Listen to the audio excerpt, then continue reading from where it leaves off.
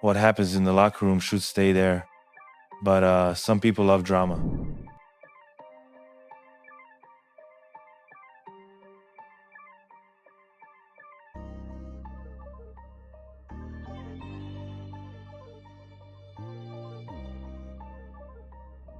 The Lakers are caught in a scandal that's shaking the entire league, and the whispers coming out of that locker room are explosive.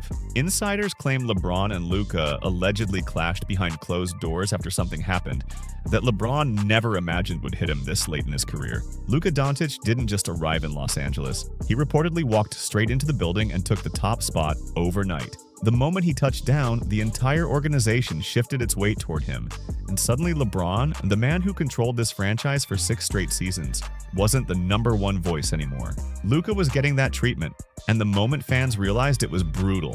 After a recent game, Rob Pelinka, the Lakers manager, walked right past LeBron and followed Luka into the tunnel.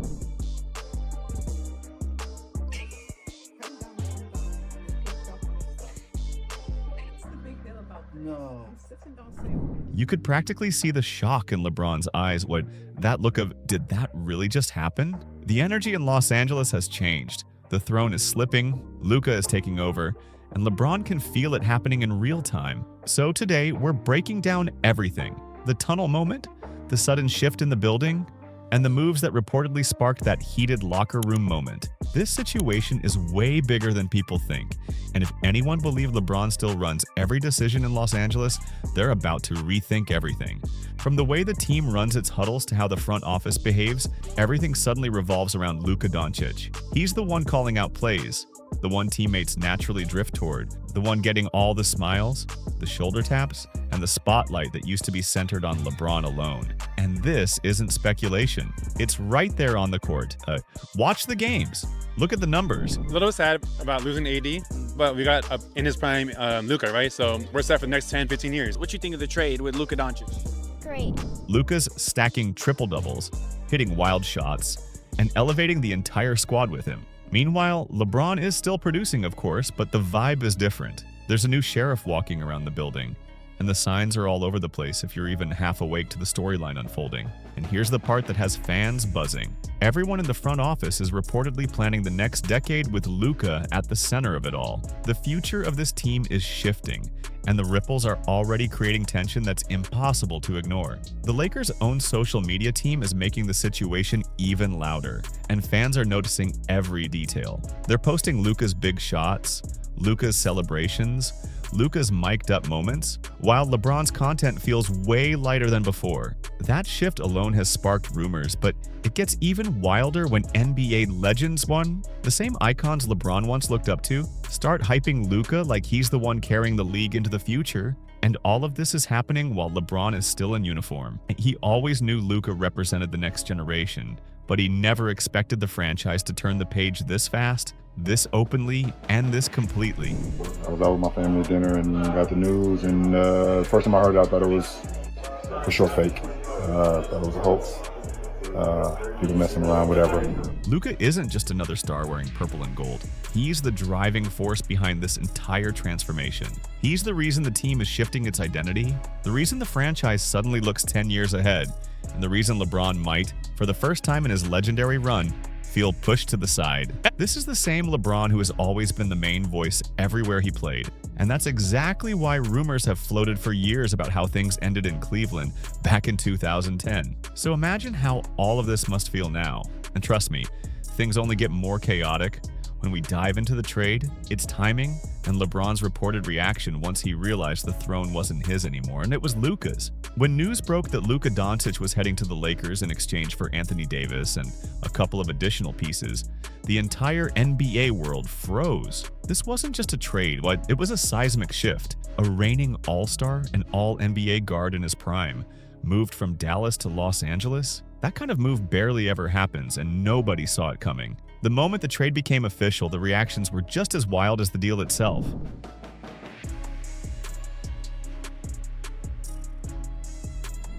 Fans erupted, analysts couldn't believe it. Former players immediately jumped online to react. Some even called it the most shocking trade the league has seen in years. Luka was stunned too. He reportedly said the moment felt unreal, almost like a strange prank. He looked shaken and emotional, which makes sense. considering he spent his entire pro career in Dallas, only to wake up one morning and find out he now belonged to one of the biggest franchises in sports. And honestly, Lakers fans welcomed Luka like he was the answer they'd been waiting for. The moment he arrived, it felt like the entire city took a deep breath and said, "Finally!" By the time he walked out at the Lakers' official press event, the message couldn't have been clearer. This wasn't just another signing. This was the beginning of a new chapter, and everyone knew it. The front office, led by Rob Pelinka, didn't even try to hide their excitement. Pelinka spoke about Luka as if he were the centerpiece of the entire next era, the foundation of everything the Lakers wanted to build long-term. He wants to go out there and win. So when you put a guy like that on your team, and obviously everybody knows how skilled he is, and the way he makes the game, easy for everybody else. And when you consider the timing, the whole situation felt almost chaotic, like the universe was pushing the franchise in a new direction, whether they were ready or not. Right when the trade went down, LeBron was dealing with that left calf and foot issue, the kind of injury that forced him to miss games at the start of the season, something that almost never happened in his long career. Call it unlucky, call it symbolic, but the reality is this: LeBron wasn't able to instantly step into that leadership spotlight for a franchise that had suddenly shifted its attention toward a new star. The timing couldn't have been more dramatic. Once interviews began, LeBron's reaction said everything. He admitted he thought the trade was a joke at first. He truly didn't believe Anthony Davis was gone until he saw Luka in a Lakers uniform on camera. And to be fair, LeBron didn't have any issue with Luka joining the team. In fact, he seemed open to the idea of building with him, especially since Luka brings the kind of talent that makes any roster better. But what LeBron didn't expect was how quickly everyone around him would switch their focus. He didn't anticipate fans shifting, coaches pivoting, or the entire organization suddenly moving in Luka's direction, almost overnight. Who in the league reminds you of yourself? Everybody say Ja. What the hell is wrong with Luka? And just like that, the foundation of a new storyline was set. What was supposed to be a trade that shook up Dallas ended up transforming Los Angeles. The spotlight moved, the fans exploded with excitement, the front office changed direction, and LeBron, the same guy who wants to find the Lakers, suddenly found himself playing for a team, signaling that he might not be the centerpiece anymore. Here's where everything starts spiraling, because once Luka Dončić touched down in Los Angeles, it wasn't just a jersey change. It felt like someone flipped the entire locker room on its head. A couple of weeks after the trade, rumors started swirling, and insider reports claimed the whole atmosphere inside the Lakers building had shifted in a way nobody expected. One of the loudest voices was Jovan Buha, the well-known Lakers reporter. He mentioned that inside the organization there was real concern that frustration and uncertainty were creeping in. Players and staff allegedly didn't even know what this team truly was anymore. And to understand why this hit LeBron so hard, you have to look at his history, because control has always been a core part of his career. LeBron has been the decision maker everywhere he's played. For 2 decades, he's built a reputation for steering rosters, shaping coaching staffs, and influencing front office moves. But everything shifted the moment Luka entered the building. Look back at Cleveland. During his first run with the Cavaliers, LeBron openly expressed frustration because the front office couldn't build a strong contender around him. When he returned in 2014, the entire operation changed overnight. What does Luka do for Bron? What? Man, Bron, this brought Bron 3 years. You know what Bron can do? This is what Bron wanted AD to do. Right. Go ahead, big fella. Hey. Go ahead. Hey. This shit Luka about to do is about to be impactful. The team traded for Kevin Love because LeBron wanted him. Even the coaching seat wasn't safe, and David Blatt was let go mid-season in 2015 to 16, despite leading the East, and LeBron's preferred assistant, Tyronn Lue, was promoted. That wasn't coincidence. That was influence. He even used 1+1 contracts to maintain pressure on management, forcing them to make immediate win-now moves every year. And when he came to Los Angeles, the nickname Lee GM didn't just appear out of thin air. He pushed for Anthony Davis, publicly demanded roster upgrades, and rumors swirled about his influence when the Lakers drafted Bronny. Fans believed his presence played a major role in that decision. LeBron has always worked to control the narrative, the direction, and the roster everywhere he's been. And that's why this latest shift hit him so hard. Because for the first time in a long time, Lakers management didn't just resist him. They allegedly ignored him entirely. The franchise made a massive pivot toward Luka without asking LeBron for approval, input, or guidance, and that sudden power shift reportedly shook him more than fans realized. Once Luka arrived, the shift was instant. The Lakers started treating him exactly the way they used to treat LeBron when he was the unquestioned #1. Priority meetings, attention from staff, deferential body language, everything that once flowed toward LeBron suddenly flowed straight to Luka almost overnight. And it hit a level that had the whole league buzzing. Rumors even claimed LeBron allegedly confronted Luka. I can't think of a more amazing starting point to build a roster for the next decade, and about who was really steering the team. That exchange reportedly got so heated, it nearly turned into a physical altercation, and teammates felt pressured to pick sides. The organization tried to keep it under wraps, but the tension leaked through during a recent game. Right after a timeout, LeBron shook another teammate's hand, but completely ignored Luka and left him hanging. That moment told fans everything. This wasn't some playful rookie initiation, this was a straight-up power shift. LeBron has spent decades at the top, steering teams, calling out plays, and shaping franchises, but now he's standing across from someone who can challenge his spot naturally, not because Luka is trying to take anything from him, but because he's simply that talented. You've got the younger star power, the fan excitement, the media obsession, all chipping away at the aura LeBron spent decades building in Los Angeles. And the question floating around the entire league is brutal. Is this still LeBron's team? Or has Luka quietly taken the throne? This isn't empty gossip. This is a slow, real-time power shift. And in the NBA, where chemistry and hierarchy matter as much as stats, those cracks are starting to show every night. If you thought the trade itself was massive, this internal shift is shaping up to be even bigger. And trust me, once you hear what Luka's teammates and even legendary players are saying about him, with pure respect, you'll understand why this tension between LeBron and Luka is building towards something explosive. The phrase I've sort of landed on, he's a front runner. When he thinks the team is good and has a legit shot at winning a championship, he can do that leadership, and he's really in, like 2019. When he doesn't, that's when you see the passive-aggressive stuff, not showing up. You couldn't script it better if you tried. Since Luka showed up, everyone, from teammates to old-school icons, seems to be tipping in his direction. Take Austin Reeves, for example. After a big win, he admitted he usually doesn't give Luka too many compliments, but he believes Luka is one of the best players in the entire league. He went even further, praising Luka's leadership and his ability to elevate everyone around him. Reeves basically said, Luka is the one they're rolling with, and that single statement says more about the changing landscape inside the Lakers locker room than anything else. Oh, and that's nowhere near the end of it. Once news of Luka's arrival hit the league, even NBA legends started speaking up with major praise. Allen Iverson, who's known for keeping it real at all times, didn't sugarcoat a thing. On a podcast, he said something so strong about Luka that fans were stunned. I mean, honestly, getting that kind of acknowledgement from Iverson is about as elite as compliments get. Kevin Garnett also chimed in recently, saying Luka joining the Lakers might actually give LeBron 3 more years in the league. And what he meant was subtle but absolutely tough. Even with all the tension, the power shift, and the uncomfortable moments inside that locker room, Luka's presence is impacting LeBron's career in real time. Luka isn't just earning support, he's bringing undeniable value that changes everything for the Lakers. People are siding with Luka because he didn't just win fans over, he came in and immediately elevated the product on the court, turning every game into a loud reminder that the future of the franchise was suddenly pointing toward him. And the numbers make the case crystal clear. And I think you're going to see a real separation on most nights with Luka and LeBron. I think Luka is going to play like the best player in the league.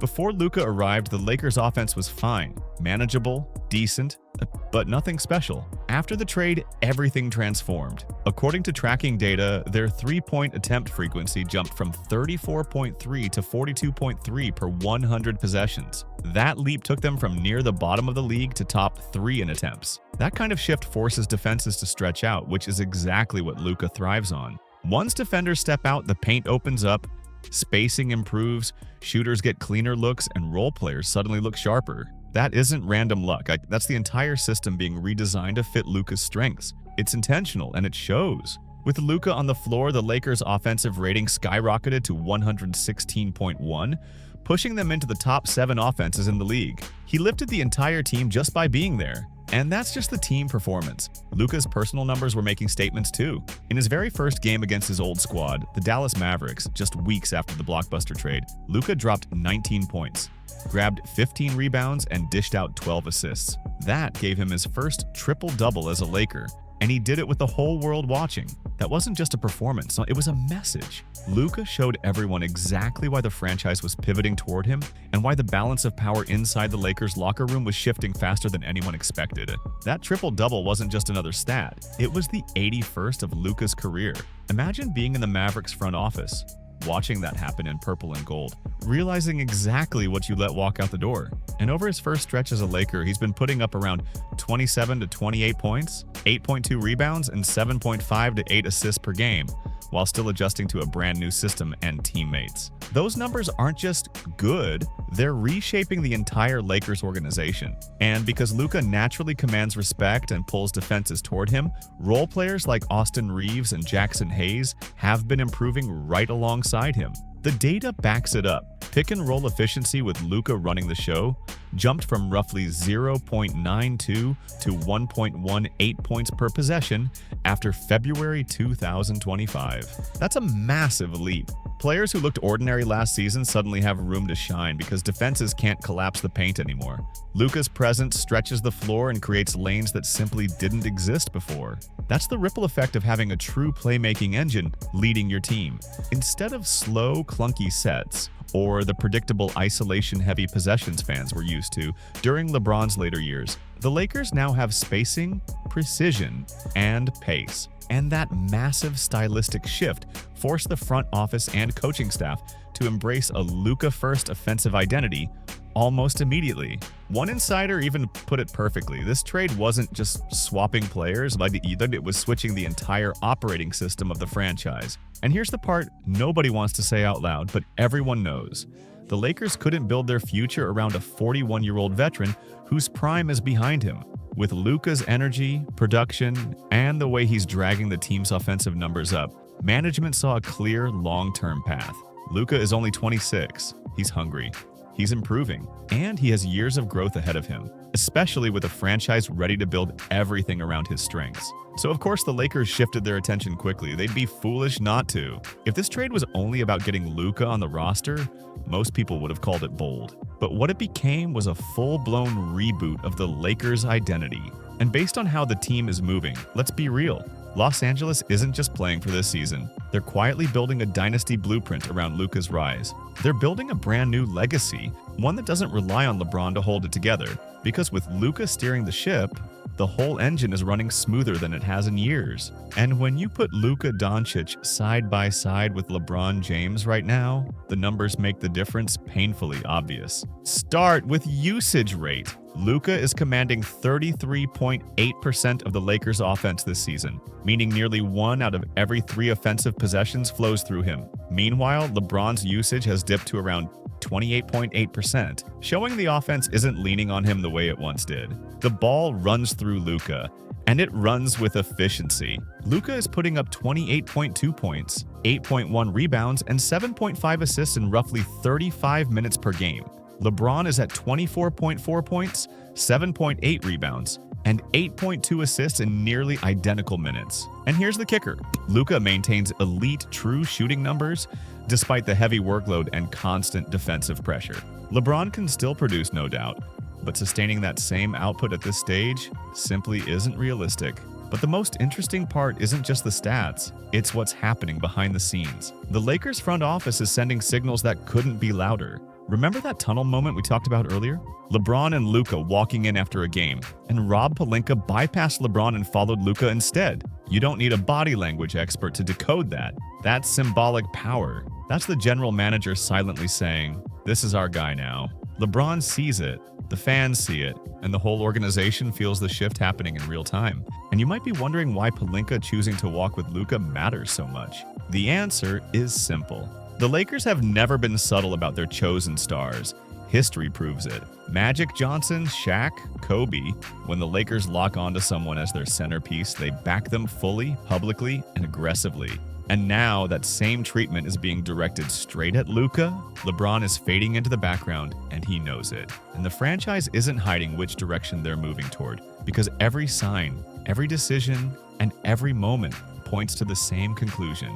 Luka Dončić is the future centerpiece of the Los Angeles Lakers, and the organization is wasting zero time making that clear.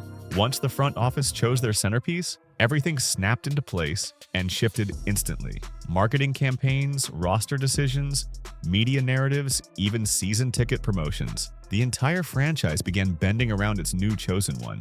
And right now, that chosen one is Luka, without question.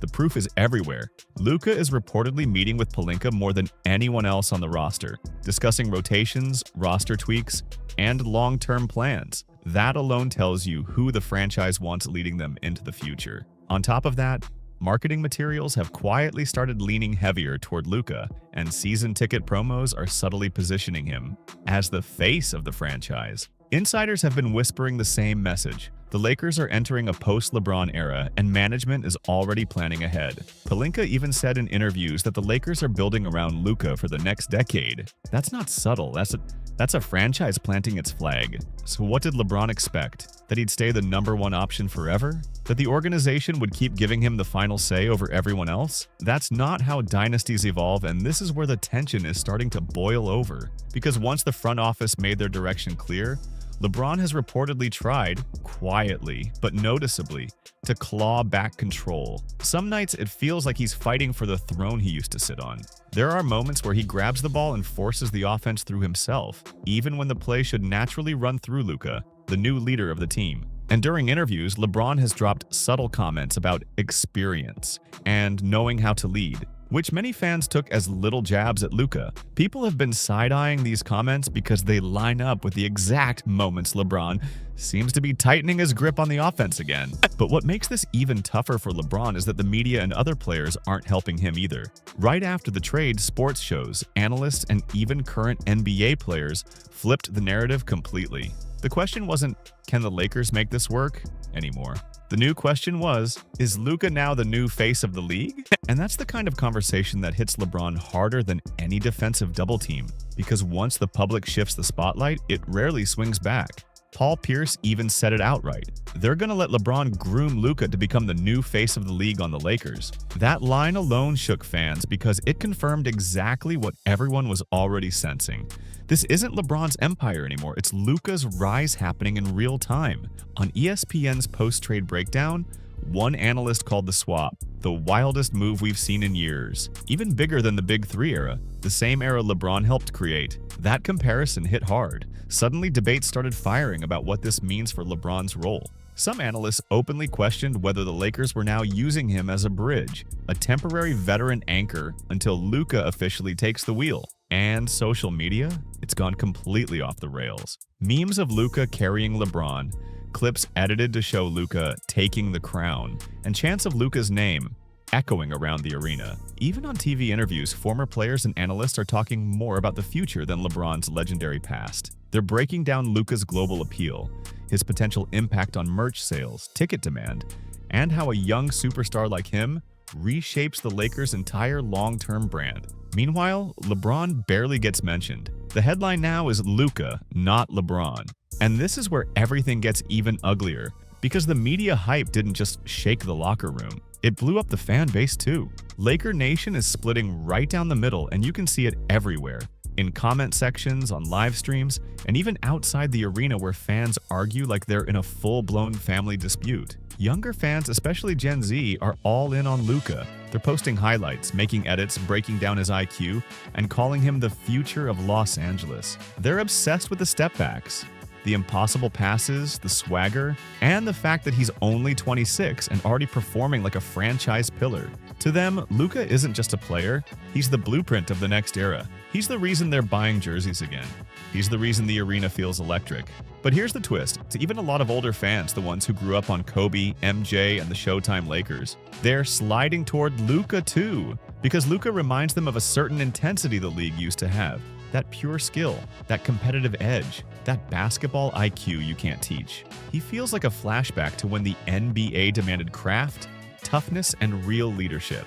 That's why the shift is hitting LeBron so hard. The fan base he once owned is now drifting toward Luka, and the pace of it is shocking everyone. Luka isn't just winning games, he's winning the city, the culture, and the future, one highlight at a time. And because older Lakers fans have lived through this storyline before, they know exactly what the future of a franchise is supposed to feel like. They watched the torch pass from Magic to Kobe, then watched the team wander without a true successor for years. And now Luka arrives, and suddenly that electricity is back. That shift is dangerous for LeBron because once the fans crown their new favorite, the organization almost always follows. Magic had an army behind him.